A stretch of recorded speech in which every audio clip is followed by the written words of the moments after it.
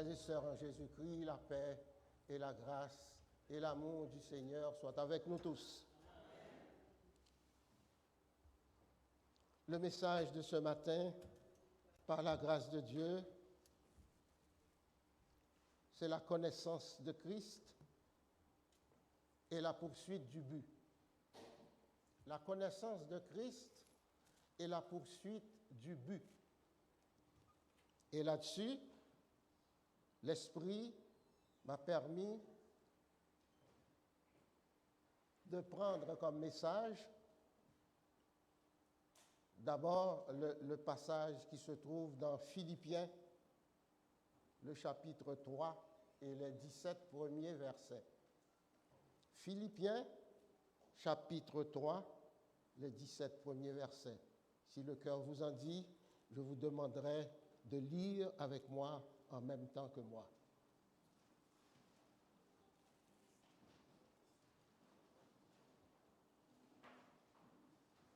Au reste, mes frères, réjouissez-vous dans le Seigneur.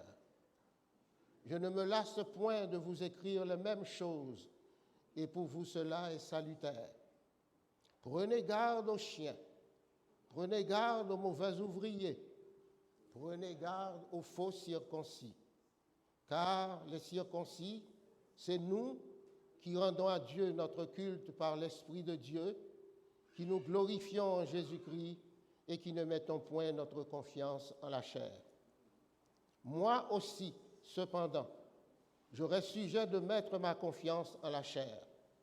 Si quelque autre croit pouvoir se confier en la chair, je le puis bien davantage.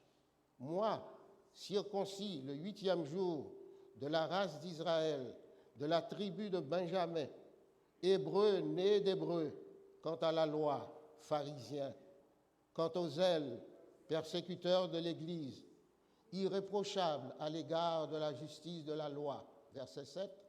Mais ces choses qui étaient pour moi des gains, je les ai regardées comme une perte à cause de Christ.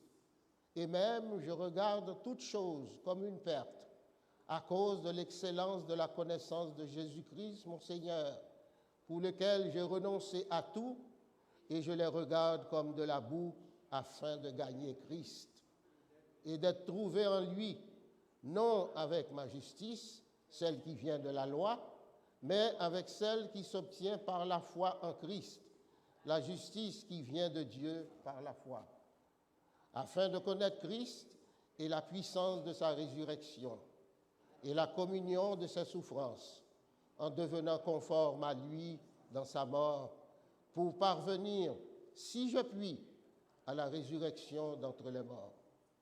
Ce n'est pas que j'ai déjà remporté le prix ou que j'ai déjà atteint la perfection, mais je cours pour tâcher de le saisir, puisque moi aussi, j'ai été saisi par Jésus-Christ. Frères, je ne pense pas l'avoir saisi, mais je fais une chose, oubliant ce qui est en arrière et me portant vers ce qui est en avant, je cours vers le but pour remporter le prix de la vocation céleste de Dieu en Jésus-Christ. Nous tous donc qui sommes parfaits, ayons cette même pensée. Et si vous êtes en quelque point d'un autre avis, Dieu vous éclairera aussi là-dessus. Seulement, au point où nous sommes parvenus, marchons d'un même pas. Soyez tous mes imitateurs, frères, et portez les regards sur ceux qui marchent selon le modèle que vous avez en nous. Parole du Seigneur, que Dieu nous bénisse.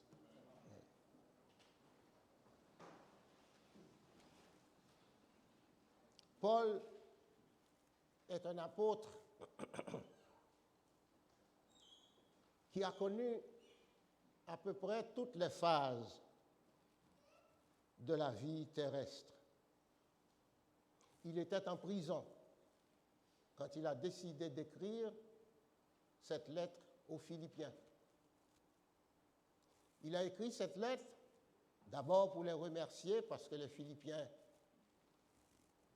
matériellement et spirituellement, étaient très généreux à son endroit. Mais il a aussi écrit cette lettre, c'était pour les fortifier fortifier les Philippiens, habitants de Philippe. Pour quelle raison? Pour leur montrer que la joie véritable ne se trouve qu'en Christ. Bien sûr, c'est une lettre joyeuse, une lettre qui rayonne de joie. Et la joie, pour ne pas le mentionner, ce n'est pas la même chose que le bonheur. La joie n'est pas la même chose que le bonheur. La joie, elle est profonde. La joie est forte. Elle signifie tout au moins la confiance tranquille et surtout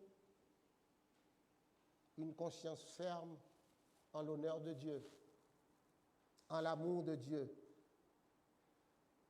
Tandis que le bonheur est circonstanciel.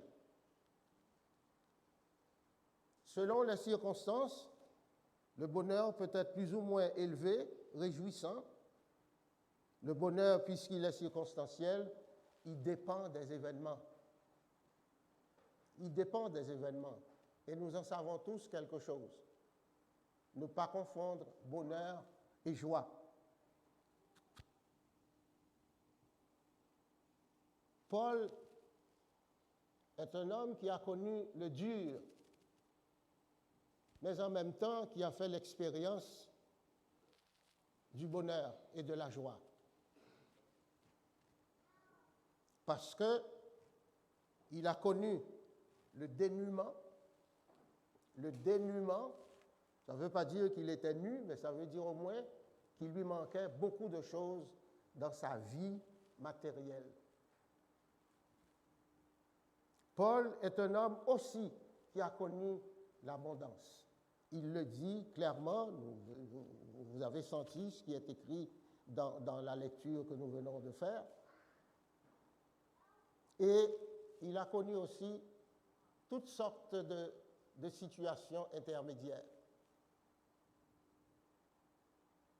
Paul avait appris à connaître, à apprendre à être satisfait.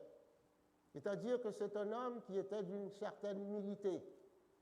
Il reconnaissait, il connaissait la grâce de Dieu, mais dans ce que nous venons de lire, nous constatons effectivement qu'à ce niveau-là, il était comme nous.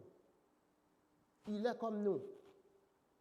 Mais il ajoute que connaître Christ,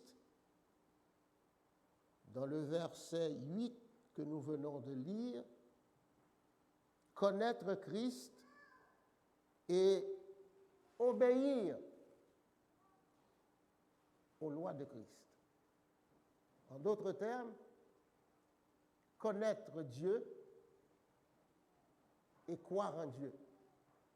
Donc, dans le verset 3, 8, vous pouvez lire, on vient de lire, vous pouvez le regarder encore, et même je regarde toute chose comme une perte à cause de l'excellence de la connaissance de Jésus-Christ, mon Seigneur, pour lequel j'ai renoncé à tout et je les regarde comme de la boue afin de gagner Christ. Quelle déclaration, quelle constatation. C'est un événement. Ce verset, à lui seul, est capable de remplir toute la terre, toutes les églises, tous les peuples, toutes les assemblées. Parce que c'est là que se retrouve l'affirmation la plus complète d'un homme qui était pratiquement un méchant, un bourreau, et qui a tout abandonné quand la lumière de Jésus-Christ l'a frappé. Il a compris. C'était là sa joie profonde d'avoir abandonné tout ce qu'il possédait, son pouvoir. Vous savez comment les hommes aiment le pouvoir. Les exemples sont là, hein, aujourd'hui même. Il y en a qui se renient pour s'assurer d'un pouvoir futur, prochain, approximatif. Mais la puissance de Dieu est par-dessus toutes ces choses. Paul a connu la joie dans la souffrance. Ce n'est pas quelque chose d'aussi simple qu'on le croit. Souffrir et accepter cette souffrance comme une façon pour Dieu de nous prendre dans notre unité, dans notre entité personnelle et nous donner la joie dans la souffrance. Il était joyeux aussi dans le service. Aussi, il a connu la joie dans la foi et la joie dans le don. On verra plus loin que malgré tout, ce n'était pas un homme qui vivait pour les biens terrestres.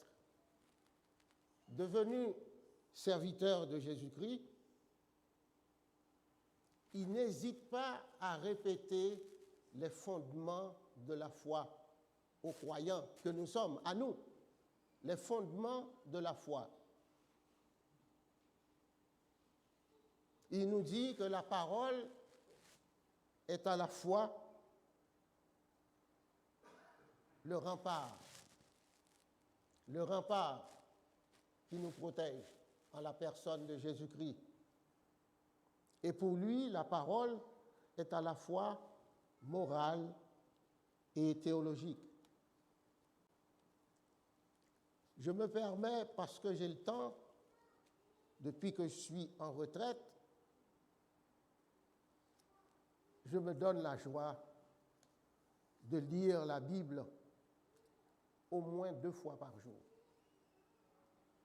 Et depuis quelque temps, je me suis donné un but, c'est de relire la Bible du début jusqu'à la fin. Je l'avais déjà fait, je l'ai déjà fait. Mais à chaque fois que je me retrouve dans un chapitre, devant un verset, il me semble que je n'avais jamais vu ça auparavant. Parce que la parole de Dieu, elle est puissante. La parole de Dieu a aussi ses significations. La parole de Dieu nous permet de découvrir à tout instant, à tout moment, que c'est une parole qui ne finira jamais. Le monde passera et cette parole-là va demeurer.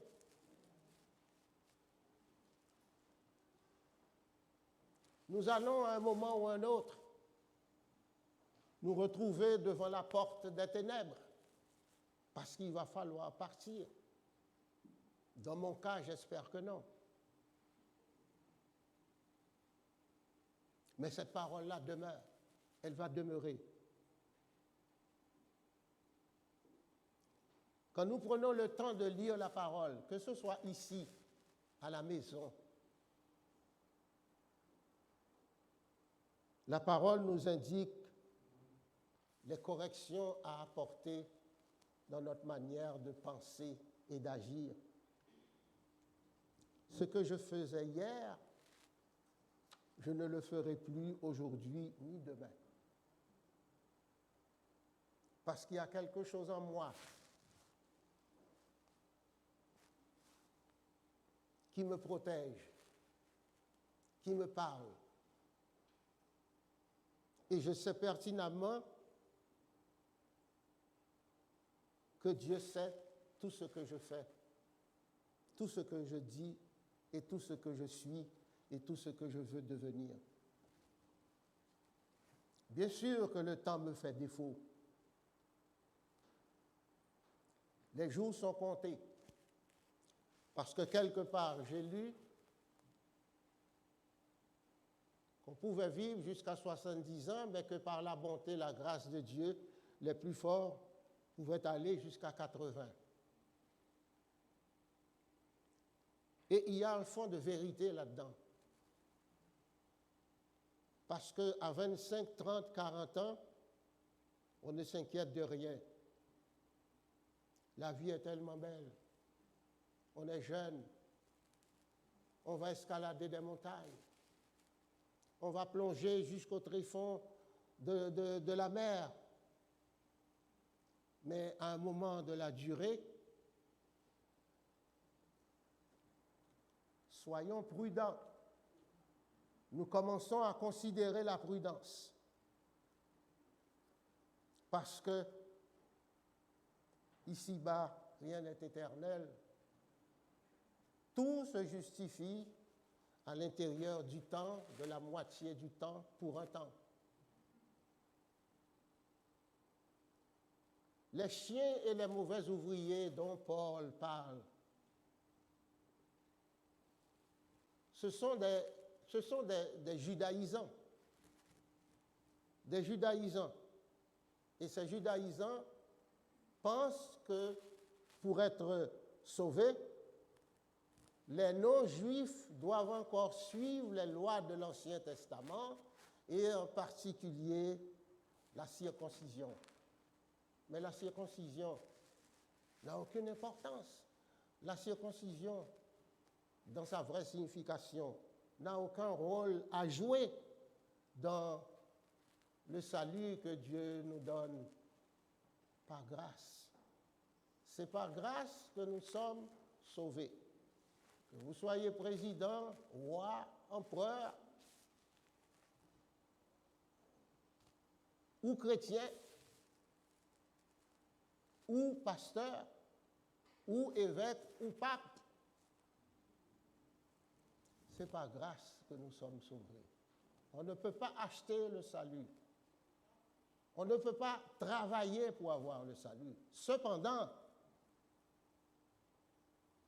quand nous rentrons notre Dieu dans notre vie, en esprit et en vérité, alors il y a une chose qui est vraie, le salut nous est accordé.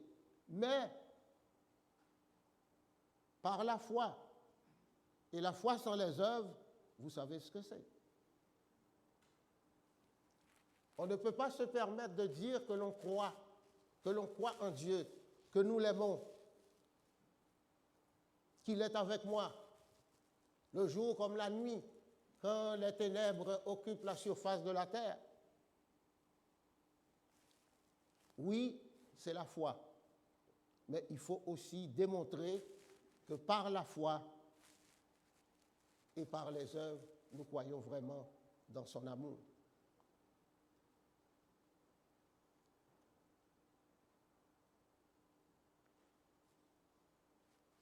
Tous les efforts, toutes les énergies que l'on dépense dans le travail, à la maison, dans nos conversations, dans nos rêves, dans nos désirs. Mais tout cela, c'est une sorte d'orgueil spirituel qui ne va pas nous conduire au salut. Il n'y a pas de route vers le salut. Le salut vient de Dieu tout simplement par sa grâce. Et Paul nous demande, je suis content parce que j'ai vu que le message à travers les chants, le message a été déjà passé. Je ne sais pas comment, mais il m'arrive à moi, puis je crois que ça doit être la même chose pour les hommes de Dieu, pasteurs, prédicateurs et autres.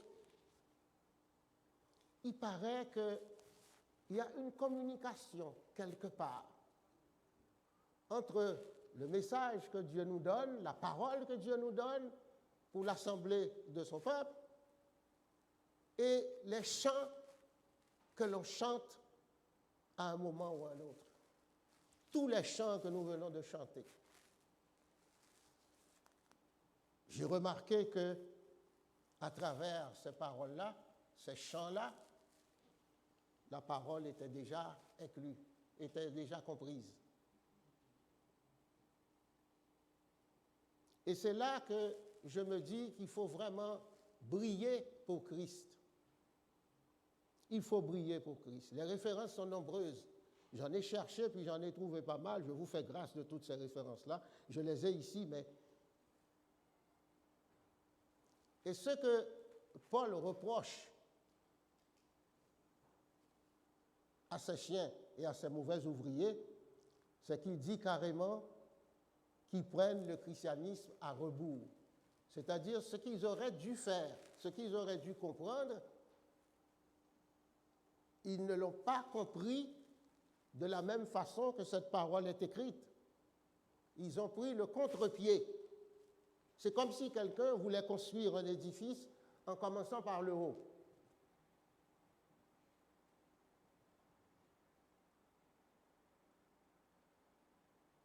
Les œuvres que nous professons, ce sont des œuvres de la foi. Oui, je sais que Dieu existe, mais est-ce que je crois en Dieu? Il y a beaucoup de manifestations dans le monde, dans tous les pays du monde. On les voit partout. Et en même temps, on voit aussi les conséquences des actes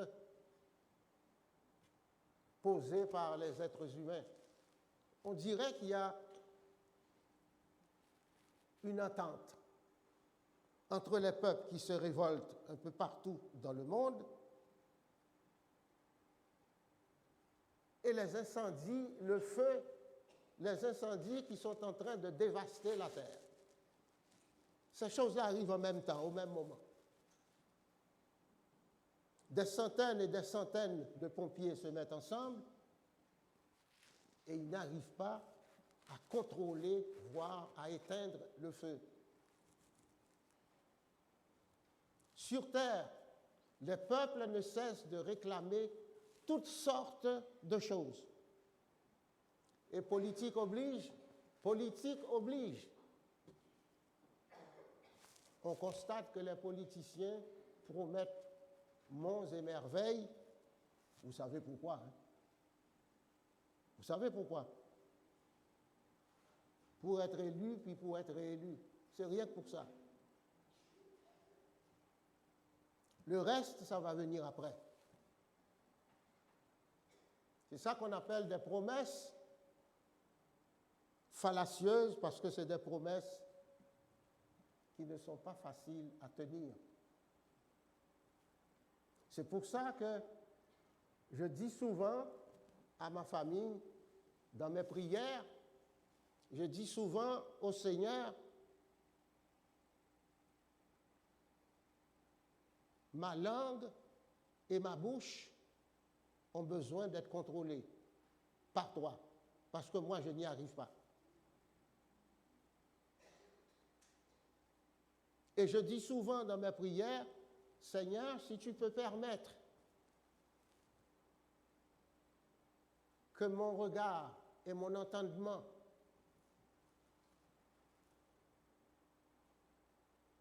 n'arrivent pas à me projeter, à me conduire dans des interprétations que je ne suis même pas en mesure de prouver, eh bien je dis au Seigneur, fais-moi grâce.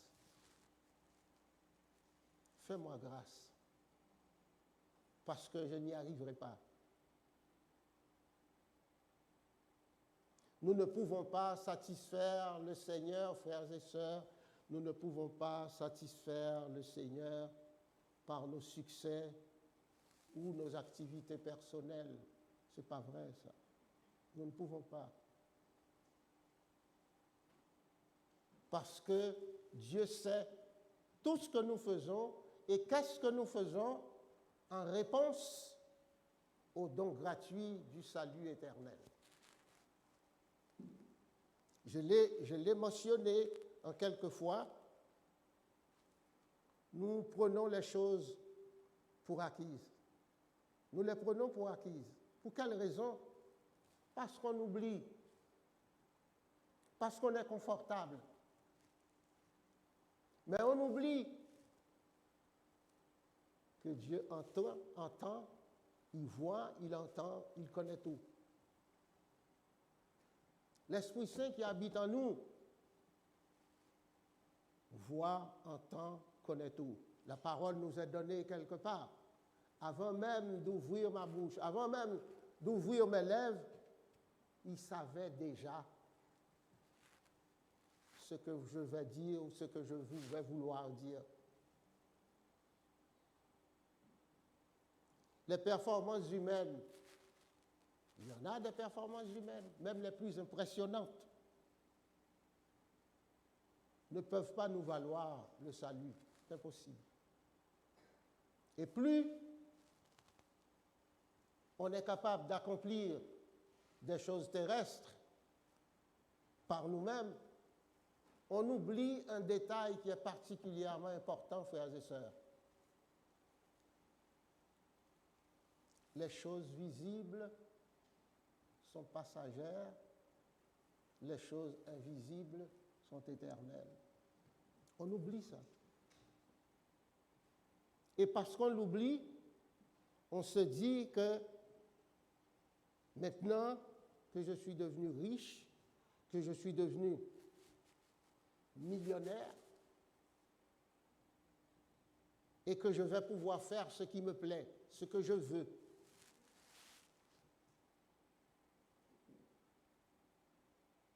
Mais au-dessus de nous, Dieu est là pour contrôler. Et quand on va trop loin, Dieu est là pour y mettre un point d'arrêt. Je comprends ça, parce que je suis humain.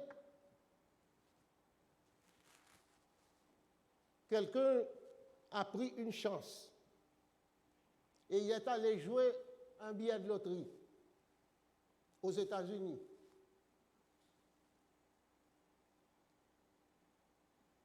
Et il a gagné. Il n'avait rien. Il vivait comme tout le monde, mais il n'avait rien. Il a gagné.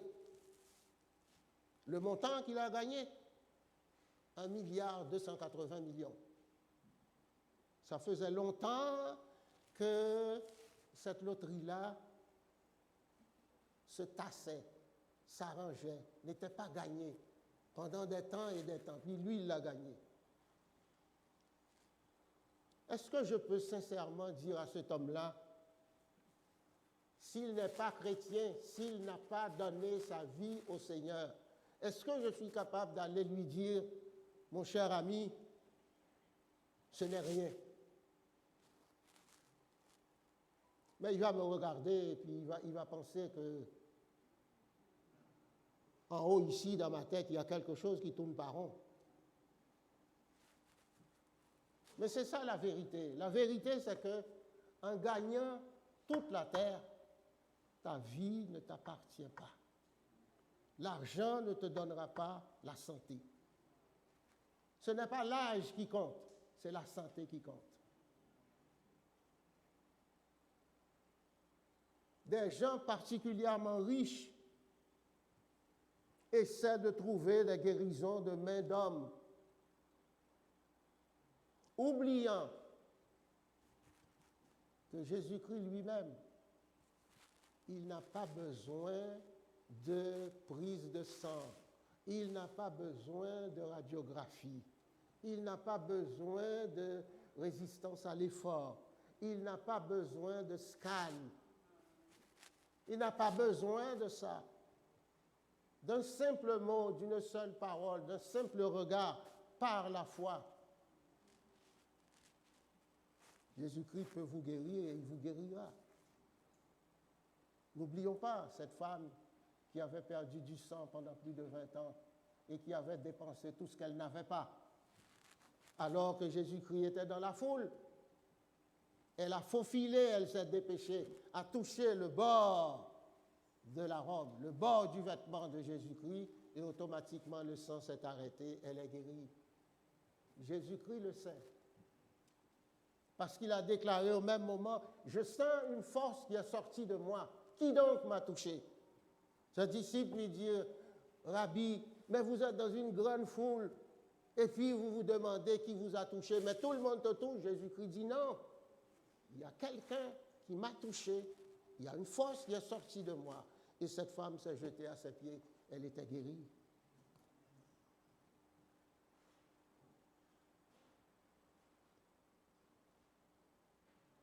Nous ne sommes pas capables de gagner Dieu par nos références. c'est impossible. Je vais plus loin. La foi de nos parents. La foi de nos parents. Notre appartenance à une église, notre bonté, notre réputation, mettez-en, nos succès, nos réalisations, ça ne peut pas nous donner le salut. Hein?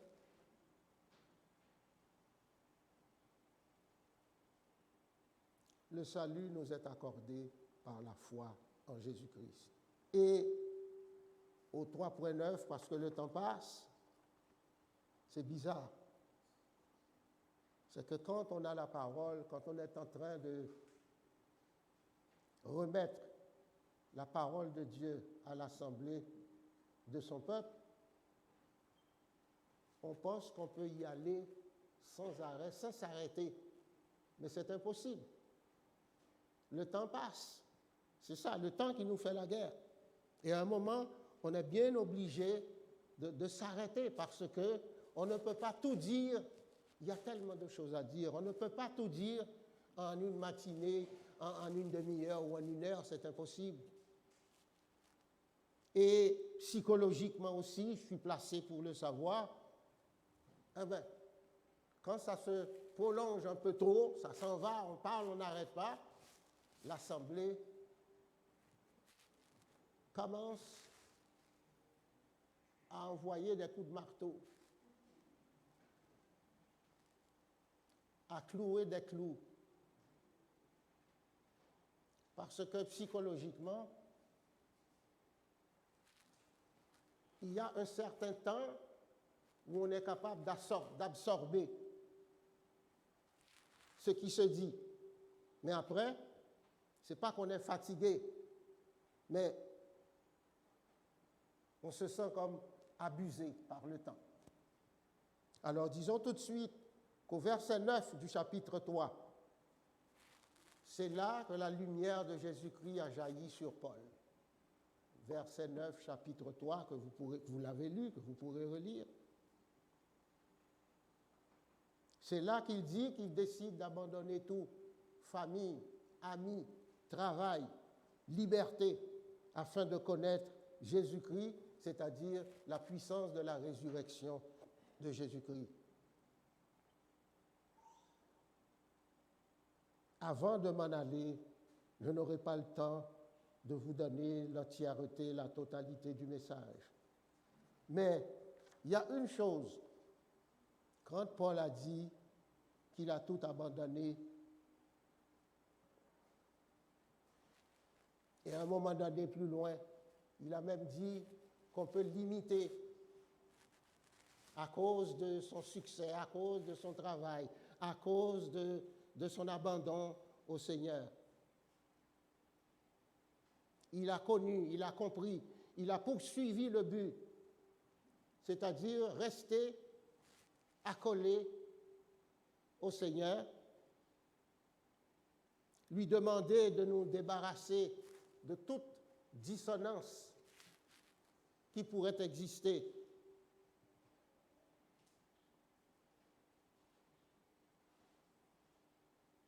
À un moment donné, le sacrifice doit être fait si on veut vraiment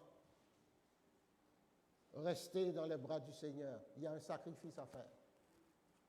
Et ce sacrifice, c'est d'abandonner tout matérialisme qui nous tient trop à cœur. C'est de dire en nous-mêmes que finalement, cette vie, ici-bas, n'a aucune garantie si notre Seigneur n'est pas dans cette vie, si notre Seigneur n'est pas avec nous. Est-ce que si je vous posais la question à vous et à moi,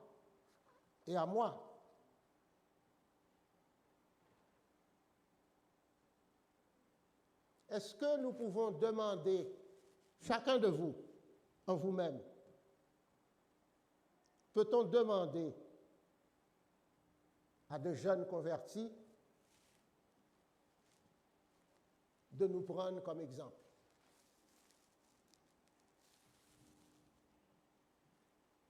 peut-on demander à des jeunes convertis de nous prendre en exemple? C'est-à-dire de nous imiter, de faire comme nous.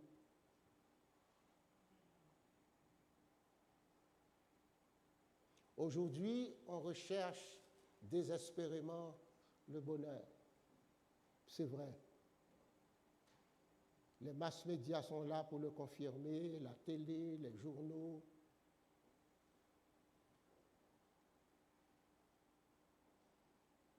La vie est agitée par des succès quotidiens, mais aussi par des échecs et par toutes sortes de contrariétés. Alors que nous, chrétiens, dans notre effort continu, personnel, nous devons nous réjouir en toutes circonstances, même dans une situation difficile qui pourrait nous rendre malheureux.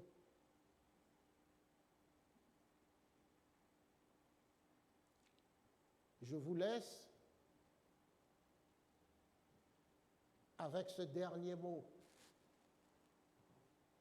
La mémoire est une faculté qui oublie, mais la mémoire n'oublie pas tout. C'est-à-dire que je ne pourrai pas à un moment ou à un autre déclarer que je ne savais pas